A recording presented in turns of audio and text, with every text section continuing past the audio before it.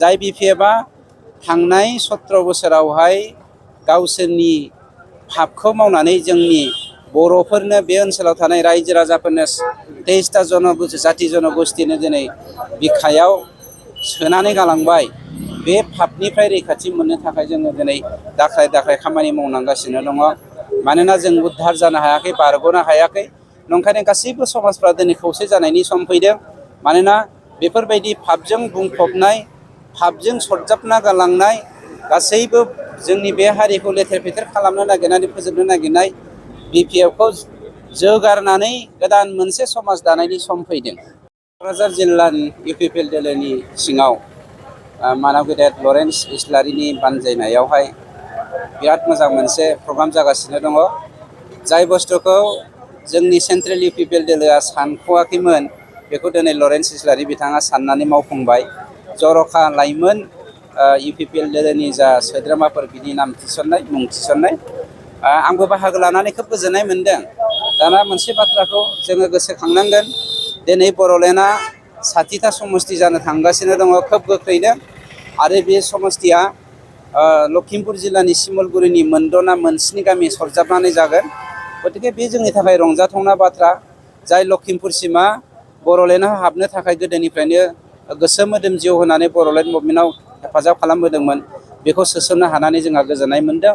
नटिफिकेसनखौ chief मिनिस्टारा फैगौ August दाननि सिगांनो होनो होननानै बिथाङा जोंनो बाथ्रा होबाय। गतिके बे साक्सेसफुल जालांसिगोन। 60टा समष्टिया बावैनो जागोन। दानिया बुंनो गोनां बाथ्राया जादों, जाय बिपिएफआ थांनाय 17 बोसोरावहाय गावसोरनि फाफखौ मावनानै जोंनि बर'फोरनो बे ओनसोलाव थानाय रायजो राजाफोरनो 23टा जाति जनगोष्ठीनो दिनै बिखायाव सोनानै गालांबाय। बे फाफनिफ्राय रैखाथि मोननो थाखाय जोङो दिनै दाख्राय खामानि मावनांगासिनो दङ।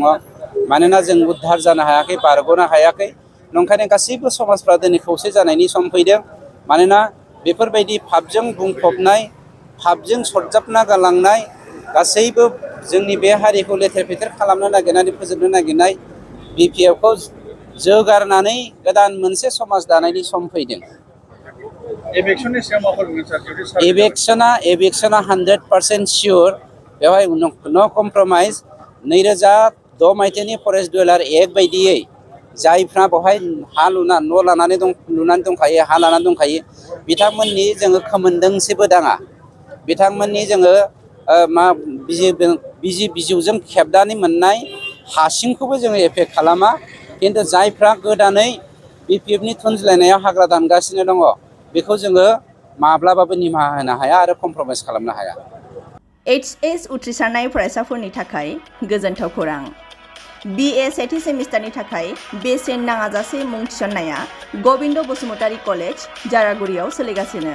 इंराजि 2023-24 गोदान सोलोंथाइ बोसोरनि थाखाय BA सेथि सेमिस्टारनि मुं थिसननाया गसाइगाव महकुमानि सिङाव थानाय गबिन्द बसुमतारी कलेज, जारागुरियाव बेसेन लायाजासे सोलिगासिनो दं। फरायसाफ्रा गोनांथि बायदि आयदायाव मेजर लानानै फरायनो हानायनि राहा दं बे फरायसालिमायाव।